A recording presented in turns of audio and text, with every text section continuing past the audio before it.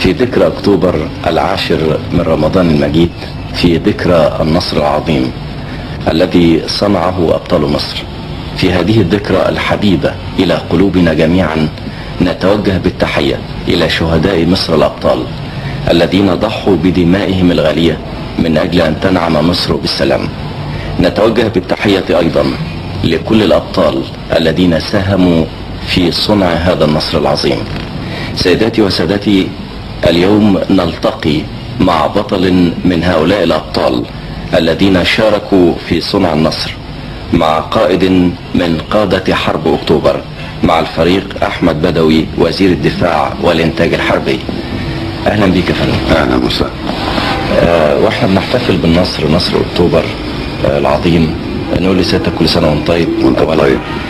وبنقول لا ندع الزهو أو الغرور بيتملكنا، ولا ننسى أن هذا الانتصار التاريخي سبقته هزيمة يونيو 67. بنسأل سيادتك، لماذا هزمت القوات المسلحة في يونيو 67 ولماذا حققت النصر في أكتوبر 73 بالرغم من أن المدى الزمني بين التاريخين قريب 6 سنوات؟ طبعا أي قوة مسلحة لا تستطيع أن تحقق نصر أو تحقق هدف معين إلا بتوفر عدة عوامل. أهم هذه العوامل هو أن يكون الهدف واضح. العامل الثاني أن تكون هذه القوات تم إعدادها إعدادا جيدا من ناحية التدريب ومن ناحية التسليح. يجب أن تكون هناك قيادة واعية قادرة على التخطيط والسيطرة على هذه القوات، ثم يجب أن يكون هناك معلومات عن العدو المواجه لنا. علاوة على هذا فيجب إعداد هذه القوات إعداد نفسي وإعداد معنوي جيد، ويجب أن تعد أيضا الدولة إعداد كامل لمواجهة هذه الأحداث، ويكون هناك استراتيجية شاملة بالنسبة للدولة حتى تكون هي السند للقوات المسلحة. طب فندم، بالنسبة للمهمة الواضحة، هل في يونيو 67 كانت المهمة واضحة؟ في يونيو 67 لم تكن المهمة واضحة، وإنما هو اتخذ قرار سياسي بتحرك القوات إلى سيناء دون أن يكون هناك وضوح رؤية للقوات المسلحة بالنسبة للهدف الاستراتيجي لهذا التحرك. هل هذا التحرك هو بهدف الدفاع عن سيناء، أو بهدف الهجوم على إسرائيل، أو بهدف حشد قوات حتى نمنع إسرائيل من أنها تهاجم سوريا؟ ترتب على هذا عدم وضوح رؤية، تخبط في القرارات، عدم ثقة القادة والقادة الأصاغر في القيادات الموجودة، أدى هذا إلى انخفاض المعنويات، وبالتالي أدى هذا إلى الهزيمة. طب بالنسبة لأكتوبر 73؟ طبعا في أكتوبر 73 كان الأمر مختلف اختلاف كامل.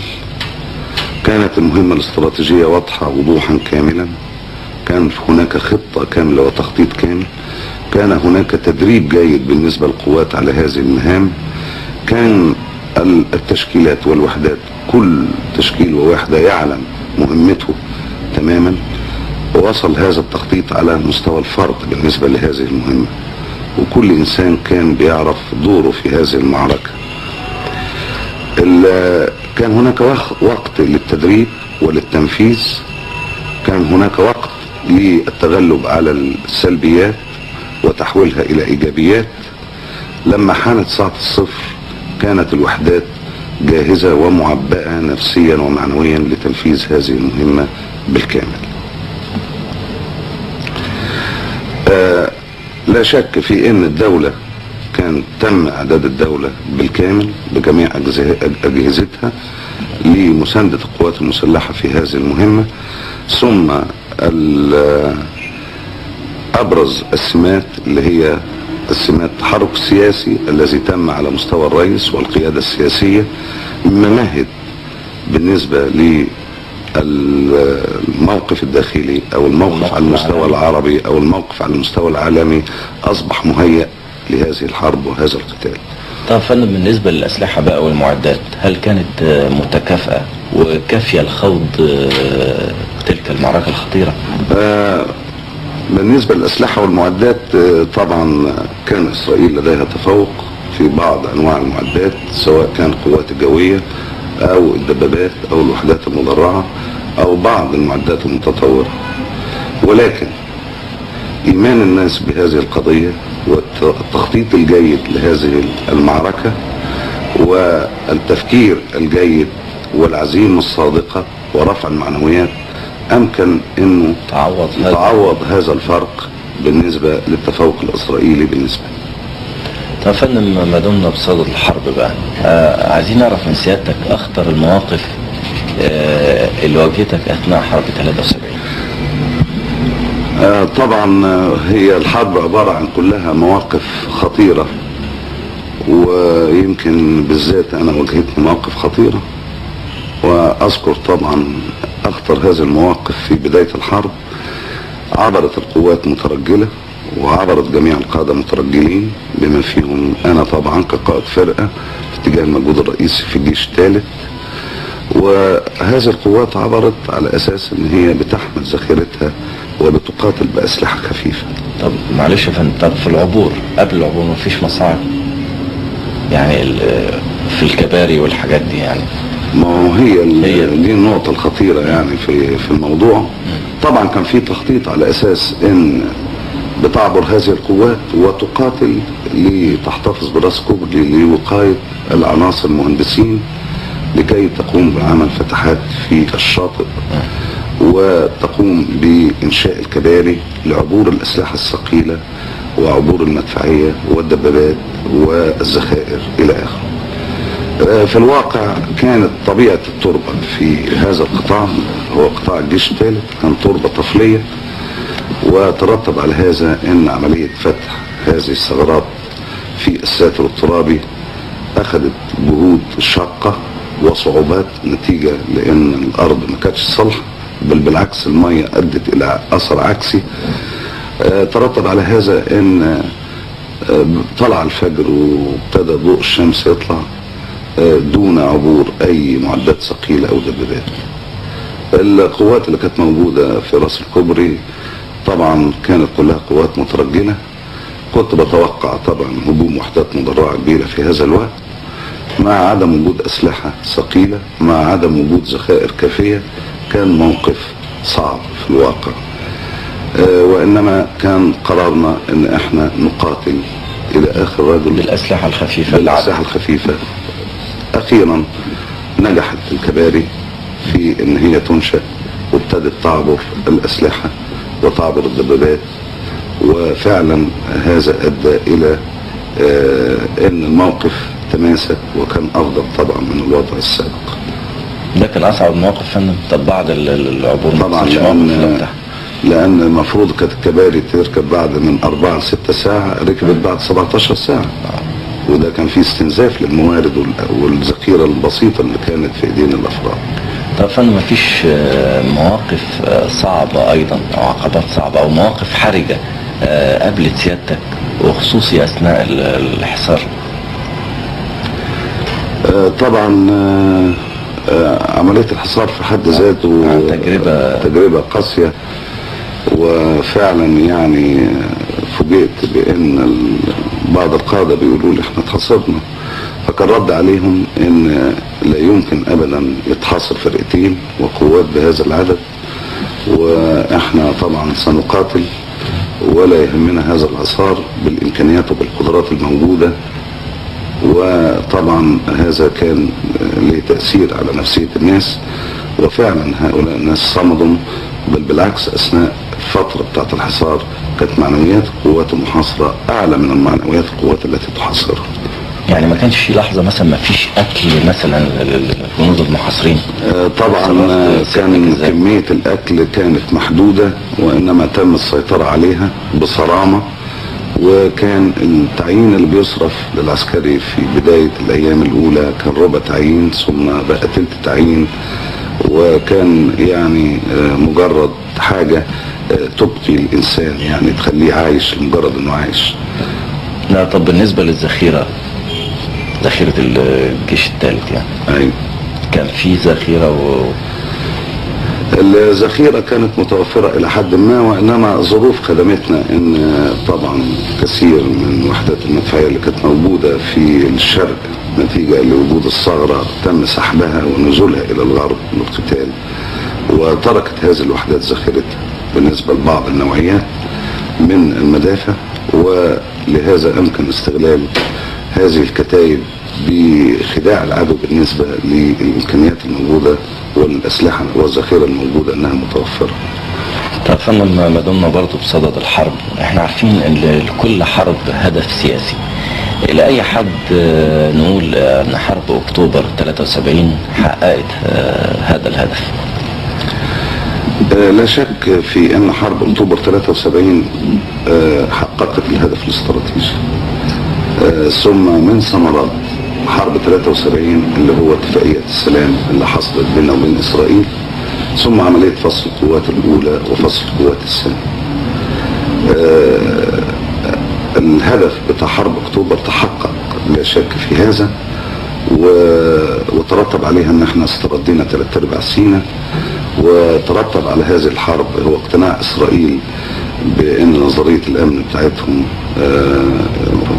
نظرية غير سليمة بالمعنى الكامل كما هو يفهمون. ثم ان طبعا هذا القتال الذي دار احيا مشكلة بيننا وبين اسرائيل، مشكلة الشرق الاوسط، وتدخلت الدول العظمى واثيرت هذه المشكلة على المستويات كلها في العالم، وسخنت المشكلة وحققت اهدافها. طب يا فندم، هل يمكن توضيح وجهة النظر المصرية؟ يعني دلوقتي احنا بنبني جيش قوي ومتقدم عصريا، في عملية تحديث للأسلحة بالنسبة للجيش المصري، وفي نفس الوقت في إصرار على تحقيق السلام مع إسرائيل. هل يمكن تحقيق هذه المعادلة؟ لا شك في أن أكبر ضمانات السلام هو وجود جيش قوي يحمي السلام، ولا يشجع الطرف الثاني على أنه يستغل ضعف مصر ويحاول أنه هو يحقق أهداف أخرى. لا تعارض إطلاقا ما بين منادات مصر بالسلام ووجود جيش قوي حديث عصري قادر على أنه يحمي السلام. طب معاهدة السلام مع إسرائيل، هل تعتقد أنها قد بددت نهائيا احتمالات الصدام المسلح في المنطقة؟ سبق أن أكد السيد الرئيس التزام مصر بالسلام كهدف استراتيجي، وإن حرب أكتوبر هي آخر الحروب، وإن معاهدة السلام المصرية الإسرائيلية هي جزء من السلام الشامل، وإن بتحقيق الحقوق المشروعة لكل الأطراف وحل القضية الفلسطينية اللي هي بتعتبر المشكلة الرئيسية، بهذا ستنتهي الدوافع لقيام أي حروب أخرى. إنما إذا لم يتحقق السلام الشامل بالنسبة للمنطقة، وإذا لم يتحقق العدالة بالنسبة لجميع الأطراف، لا شك في هذا إن هذا سيؤدي إلى حساسيات وإلى نزاع. العسكري بين مصر والولايات المتحدة، ايه علاقة يعني علاقة التعاون بين البلدين، وخصوصا يعني انها بتسير في اتجاهين، التسليح وتطوير المصانع الحربية. ايه مدى النجاح اللي حققته في الهدفين دول؟ بالنسبة لموضوع التسليح تم عقد صفقتين من الأسلحة نتيجة لقروض من الولايات المتحدة الأمريكية. الصفقة الأولى وقيمتها 1.5 مليار، والصفقة الثانية قيمتها حوالي 2 مليار. وتم تعاقد وابتدأ ورود هذه الأسلحة، ويستمر ورود هذه الأسلحة في السنوات القليلة القادمة.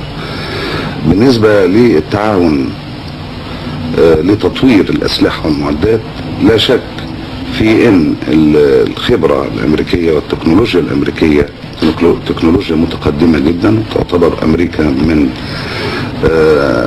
اكثر دول العالم تقدما في النواحي صناعة الاسلحة. ففي تعاون كامل بيننا وبين الولايات المتحدة الامريكية، ورصد لهذا مئات الملايين من الدولارات لتطوير الصناعة الحربية في مصر وخلق صناعات حربية جديدة.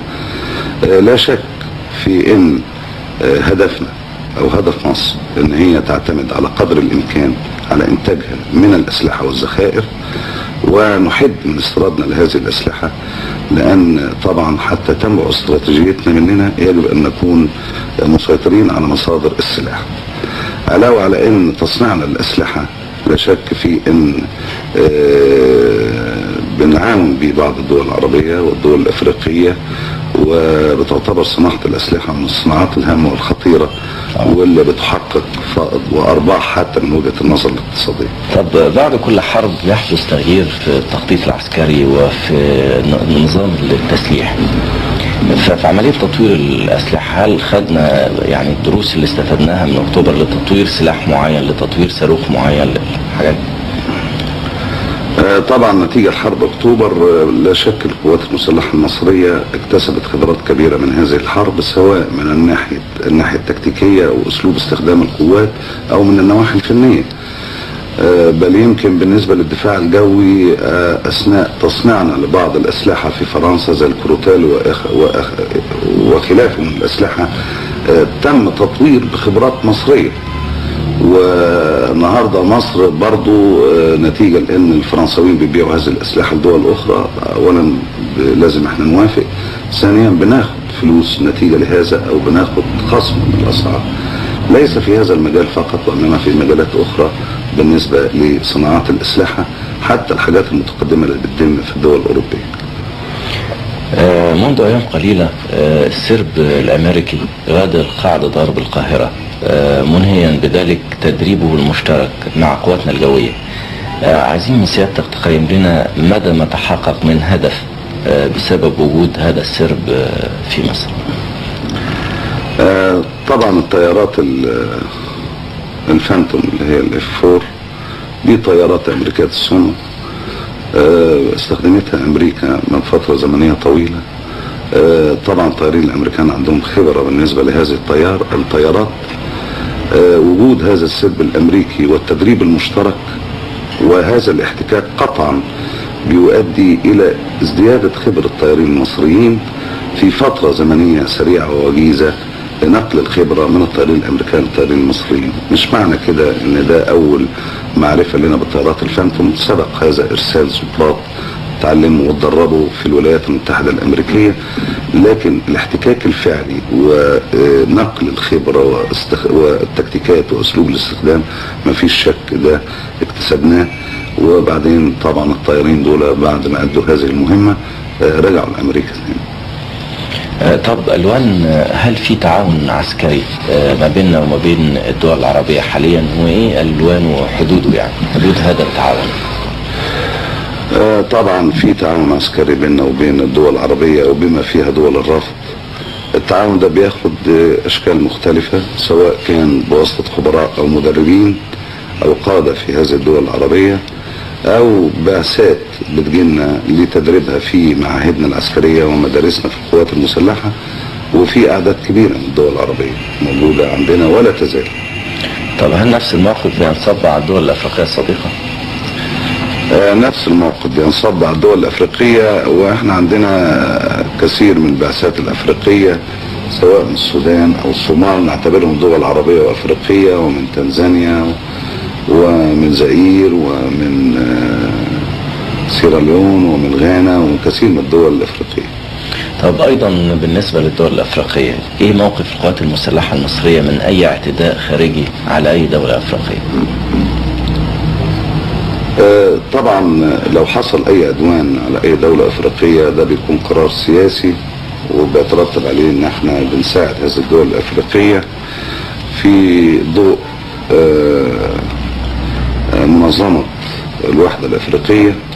والموضوع ده ليس بجديد، سبق قبل كده ان احنا عاوننا زئير في حرب شابة الاولى وحرب شابة الثانية، وهذه المعونة طبعا بتتقرر في ضوء الموقف وفي ضوء القرار السياسي، سواء بتكون بخبرة او بالامداد باسلحه او بالاشتراك بقوات.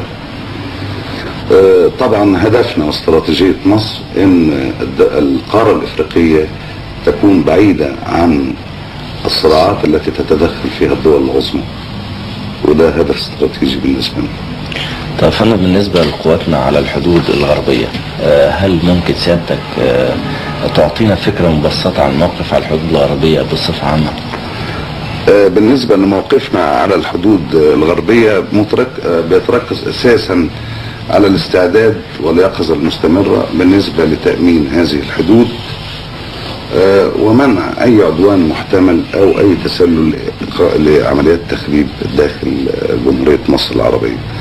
وده بيكون في ضوء وجود أسلحة في ليبيا أكثر من طاقة وإمكانيات واحتياجات الجيش الليبي للدفاع فعلا، علاوة على وجود أعداد كبيرة من الخبرات الأجنبية والضباط الأجانب في الجيش الليبي. طب في مشكلة واجهتها القوات المسلحة بالنسبة لقطع الغيار، كيف واجهت القوات المسلحة هذه المشكلة؟ المشكلة دي واجهناها من فترة زمنية ليست بصغيرة، من ناحية طبعا الأسلحة السوفيتية اللي موجودة في ايدينا واللي اشتريناها بالملايين الملايين، تعتبر دي ثروة قومية. وفعلا القوات المسلحة المصرية نجحت بأن هي تحافظ على استمرار استخدام هذه الأسلحة بتصنيع قطع غيار محلي أو بتصنيعها في الخارج أو بالحصول عليها من دول أخرى صديقة، وأمكن تغلب على هذه المشكلة بنسبة كبيرة. بل أصبحنا الآن احنا بنمد بعض الدول الأخرى التي كانت بتاخد أسلحة سوفيتية، السوفيت منعوا عنها الأسلحة بنمدها بالقطع الغيار. عظيم يا فندم. طب في هذه الأيام بنلاحظ أن القوات المسلحة تنحو حاليا نحو تحقيق الاكتفاء الذاتي في مجال احتياجاتها المعيشية والإدارية. عايزين نعرف ايه الجديد في هذا المجال. هو طبعا ده تكليف من سيادة الرئيس ان احنا نخش في مجال الامن الغذائي. هو في الواقع الخدمات البطارية بتقوم بعملية تسمين وتربية العجول وامداد القوات المسلحة باللحوم الحية، علاوة على الألبان للمستشفيات وللكليات، وبرضو عمل الزبدة ومنتجات الألبان إلى آخره. الدور الجديد بالنسبة للأمن الغذائي أن القوات المسلحة تقوم بالزراعة لكي تعتمد على نفسها في الحصول على احتياجاتها، وهذه الاحتياجات احتياجات ضخمة بالنسبة لأن احنا كنا بنمتصها من السوق. فإذا اعتمدت القوات المسلحة على أن هي تنتج احتياجاتها مفيش شك أن هذه الكميات هتتوفر للسوق. يعني ممكن تستصلح أراضي مثلا؟ فعلا احنا تخصص لنا تقريبا حوالي 50,000 فدان في مناطق مختلفة، ستقوم القوات المسلحة باستصلاحها وبزراعتها بكل احتياجاتها. بننشئ مصانع جبنة، بننشئ مصانع مربى، بننشئ مصانع مكرونة، بنتوسع في عملية تربية المواشي، وحتى يكون لدينا اكتفاء ذاتي ولا نصبح عبء على المنتج اللي موجود في الدولة. هل القوات المسلحة لها جهاز تعمير أيضا؟ القوات المسلحة في جهاز النشاط الكبرى، وده في عدد من مصانع المباني الجاهزة أو المسبقة الصنع بصورها المختلفة، وبيقوم هذا الجهاز ببناء المعسكرات، وبيشترك برضو في بناء الإسكان الوظيفي للضباط. ويمكن سيادتك لو وصلت لغاية كده مدينة نصر اللي هو في المجمع بتاعنا، في أمامه مجموعة من العمارات الضخمة اللي هي حوالي 10 طوابق العمارة، ودي بنأجرها للضباط نظير جزء من مرتبه مساهمة في حل مشكلة الإسكان. القوات المسلحة كمجتمع متكامل في قدرات وفي إمكانيات في جميع المجالات وشتى المجالات. طب في خدمات مدنية بتقوم بها القوات المسلحة زي ما احنا شايفين مدن سلاح الإشارة؟ أيوه. شغال في موضوع التليفونات، يعني في مشكلة التليفونات. أيوه. فبنشوف هل في خدمات أخرى مدنية بيقدمها الجيش طبعا إدارة المهندسين طبعا بتقوم بعمليات إنشاء مطارات ورصف طرق، وكان هذا العمل بتقوم به شركات من الشركات الكبيرة، فتوفرت هذه الجهود للشعب. المرحلة القادمة ستشترك هذه الوحدات في برضو المساهمة في إنشاء الطرق وفي إنشاء الكباري. وحاليا إدارة المهندسين بتقوم بإنشاء كباري وبتقوم بأعمال كثيرة بالنسبة للمطالب المدنية. احنا بنساهم في حاجات كتير جدا، يعني بنساهم في حتى في التعليم بالنسبة لعمل كراسات. احنا عملنا حوالي 50 مليون كراسة لوزارة التربية والتعليم بأسعار تقريبا أقل من السوق، تساوي 60% من السوق. طبع الكتب الجامعية، ودي كلها طاقات موجودة. عملية الإشارة بيشترك فيها المهندسين في عمل المان هولز والهاند هولز. المساحة العسكرية بتعمل جميع خرائط لكل الكابلات المشتركين لغاية 1 على 500، ومحدد فيها كل كابل رايح فين. ويمكن لأول مرة بيبقى فيه تسجيل المسارات بتاعت الكابلات في الدولة في مصر. في مجالات كثيرة يعني بنساهم فيها، في مجالات النقل، في مجالات حتى بالنسبة لرصيف الحرب النهاردة بتفرغ فيه كل الدواجن المثلجة والحاصلات الغذائية، وبنساهم في عملية النقل بالنسبة لمؤسسة النيل. بنساهم في مجالات كثيرة، وثم في طوارئ بتحصل ساعات مثلا مفيش مياه في الصحراء الغربية بنديهم مركب إلى آخره. في عيد النصر السابع عايزين نسأل سيادتك ايه اللي بتتمناه للقوات المسلحة المصرية؟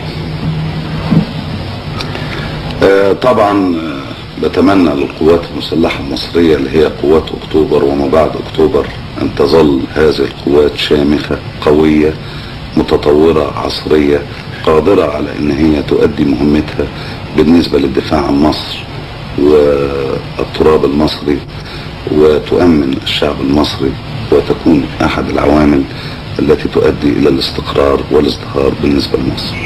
في نهاية حديثنا يا فندم بنشكر سيادتك جدا، وبنقول لسيادتك تاني كل سنة وانت طيب، وقواتنا المسلحة طيبة وبخير وقوية وصامدة.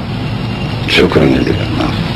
شكرا سيداتي وسادتي، شكرا سيداتي وسادتي، والسلام عليكم ورحمة الله.